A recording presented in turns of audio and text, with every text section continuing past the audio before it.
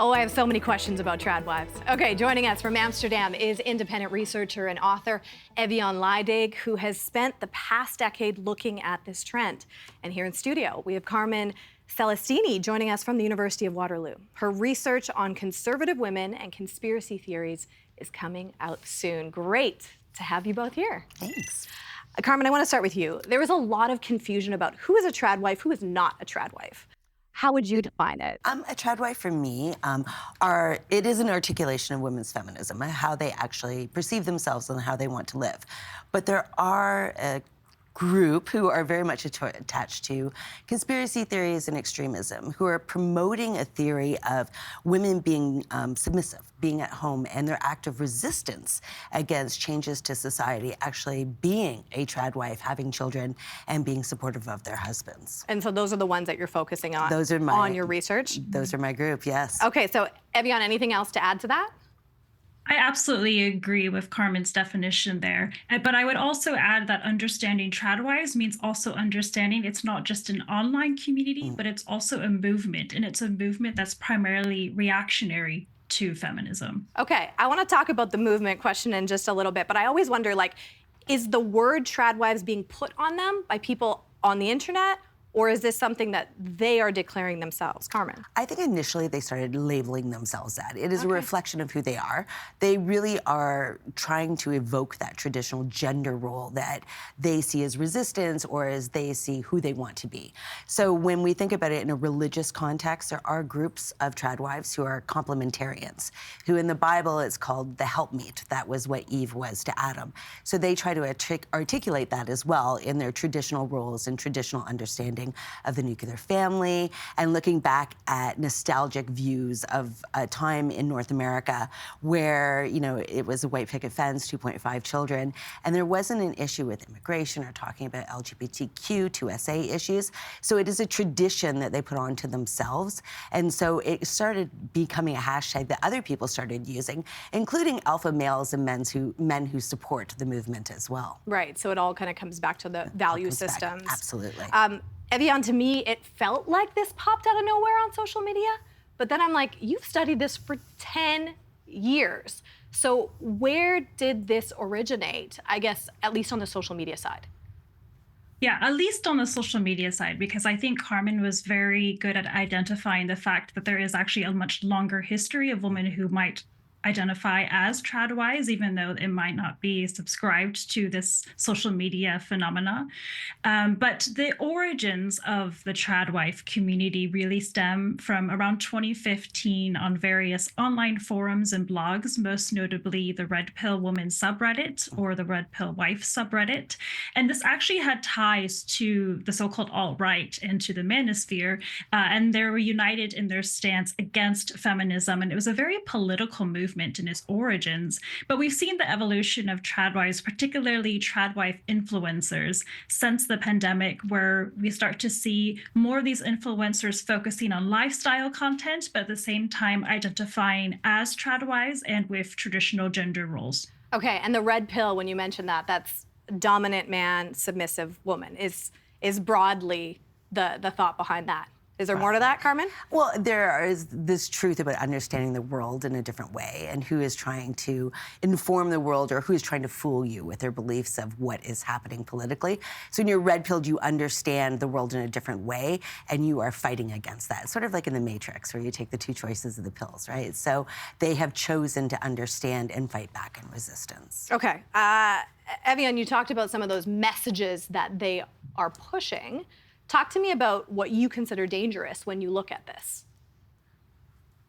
Well, the thing about tradwife content is that it often leads users to rabbit holes into a wide plethora of different types of online communities, including alternative health and wellness advice, religious communities, I think like Carmen can speak on further, but also conspiracy theories, whether that be anti-vax to sort of anti-big ag and big pharma.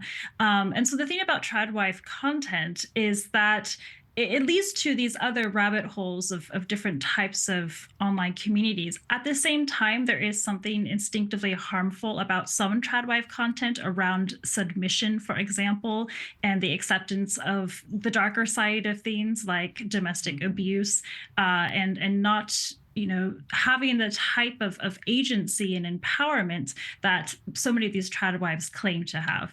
Yeah, and that word submission is a really tricky word because even in religious communities, they can mean Yes. very, very different things when you study and look into it.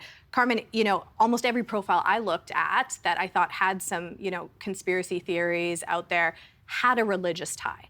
So Absolutely. how do the two intersect Oh, that's a big when you're question. looking online? What you see is a lot of people use religious language to sort of motivate. If I use a religious term, you will identify with it. If I say freedom or if I say grace, you will define it in a certain way. Someone else will define it in a different way. Right. But it's something that we can feel motivates us, something we want to fight for. And when we put religion in that we're fighting for it perspective, it's a sense that they're being persecuted for their religion, right? So we actually do see some tradwives saying that larger society isn't mad about this idea of traditional wives. They're mad because it's about religion. And so it becomes this protective kind of idea of saving God, country, and family together, those three pieces. When you put conspiracy theories into it, religion is a mobilizer. Conspiracy theories provide an answer for what they perceive is happening in the world. So if they're afraid of something, and most conspiracy theories are based on fear or a sense of injustice in the world, real or perceived, it perceives that answer for them to move on and fight against this.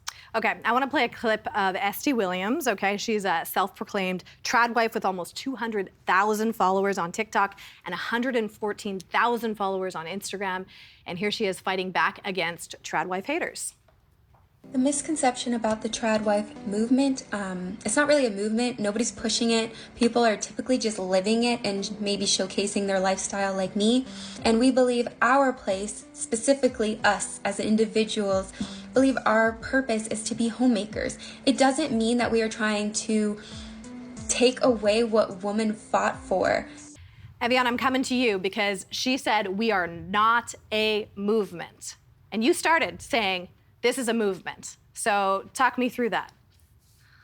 So the reason why I think of it as a movement is oftentimes, why else would these tradwife influencers choose to showcase their daily lives if it wasn't to achieve certain goals? And the goals that they have are one where we see society structured along these traditional nuclear family units, heteronormative couples with biological children. And it is, in short, a type of visual representation of what happy families should look like and should be.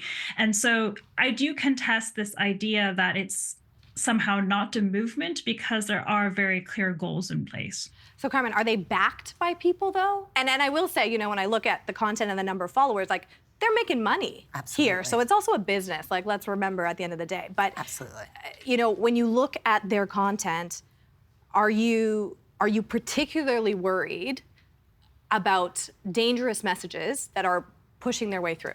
Absolutely. When we think about what can be mobilized with this, if you're fighting against the institutions of society or you're believing these conspiracy theories, we can see what conspiracy theories have done to politics around the world right now, right? When we're moving towards this far right sort of ideology that they're often pushing, or this Christian nationalism, we can also see how that is affecting our world politically right now, where there are harms against communities, marginalized communities, against women.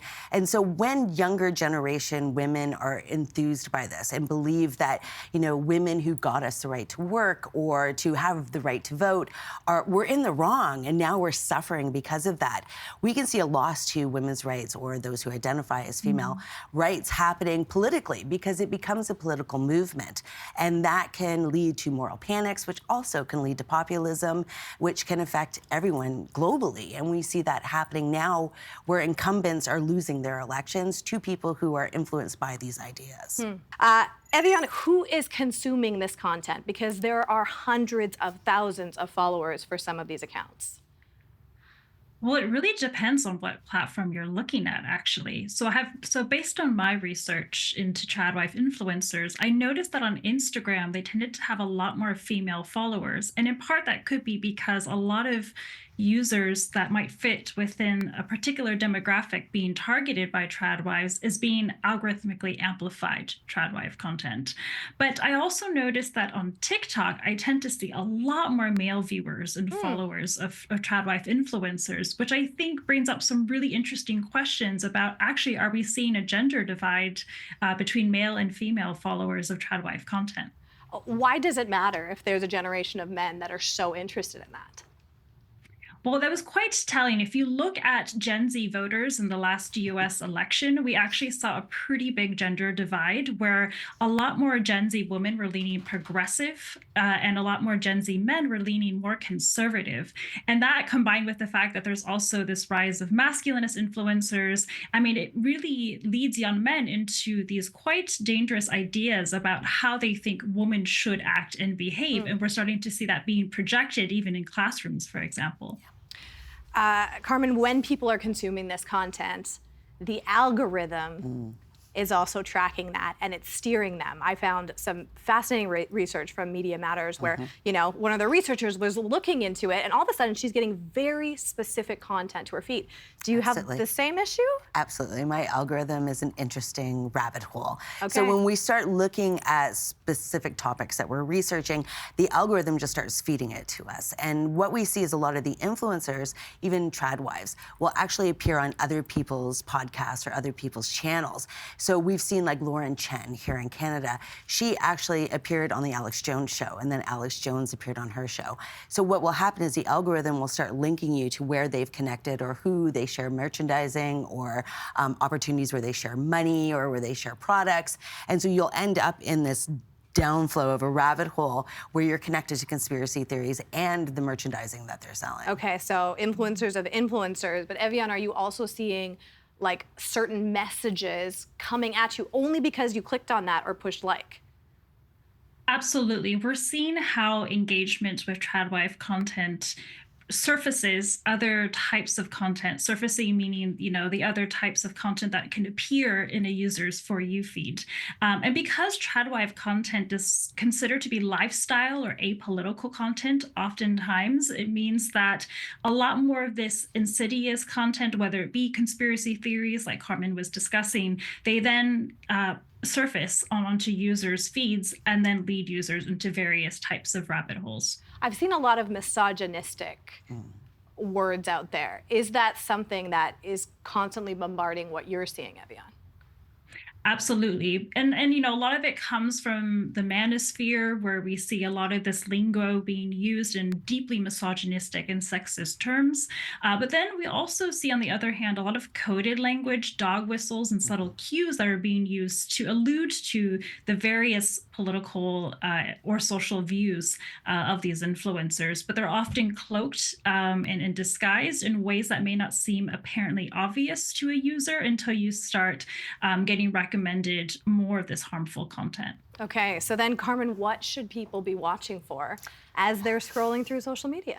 Well, we should try to inform ourselves about these trigger words that you were just speaking about. We should pay attention to what is being said and also look at the commentary that's being added to many of these videos, because that's where we see a lot of the misogyny or a lot of the conspiracy theories or extremism start being shared.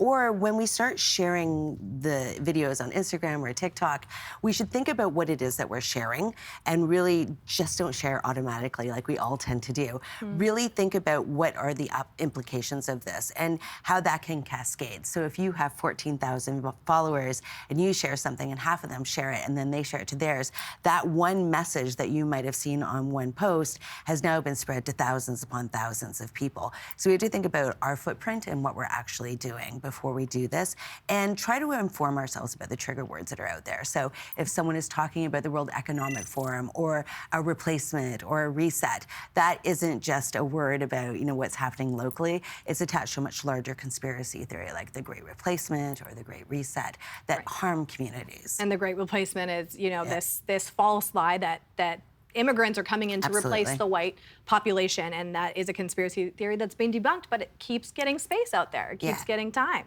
And it keeps getting pushed too that white women should be having more children. So we did see trad wives talking about having contests, about having more babies in a year time. So when we think about that word, that is the implication there, right? So it's really important for us to be aware of it. Evian, you know, when I think long term, what is the risk that you're worried about if this content keeps growing, keeps flourishing, keeps spreading? Yeah, I mean, one of the biggest risks I think we face is the fact that a lot of tradwife content simply encourages women to step out of the public sphere and to relegate themselves to the domestic sphere and not engage in civic life. And I think that does have some longer term consequences if we have half of the population that's not engaging in public sphere issues, not participating in the political process. For example, a lot of tradwives claim that the husband should cast a vote on behalf of the entire household, for instance. And so I think this could have some very damaging consequences. Carmen, your biggest worry about the risks long term? Long term is that if people don't trust the institutions of society or don't trust what is happening, that isn't going to disappear. So even politically, if populists are elected and they make changes to policies that do harm other communities, that distrust is not going to go away. They're not going to trust mainstream media. They're not going to trust the government. And that can have very long-term effects globally on how we understand the world and how we interact with each other. A lot at stake here. Yeah. Evian, Carmen, great to have you on the show. Thank you.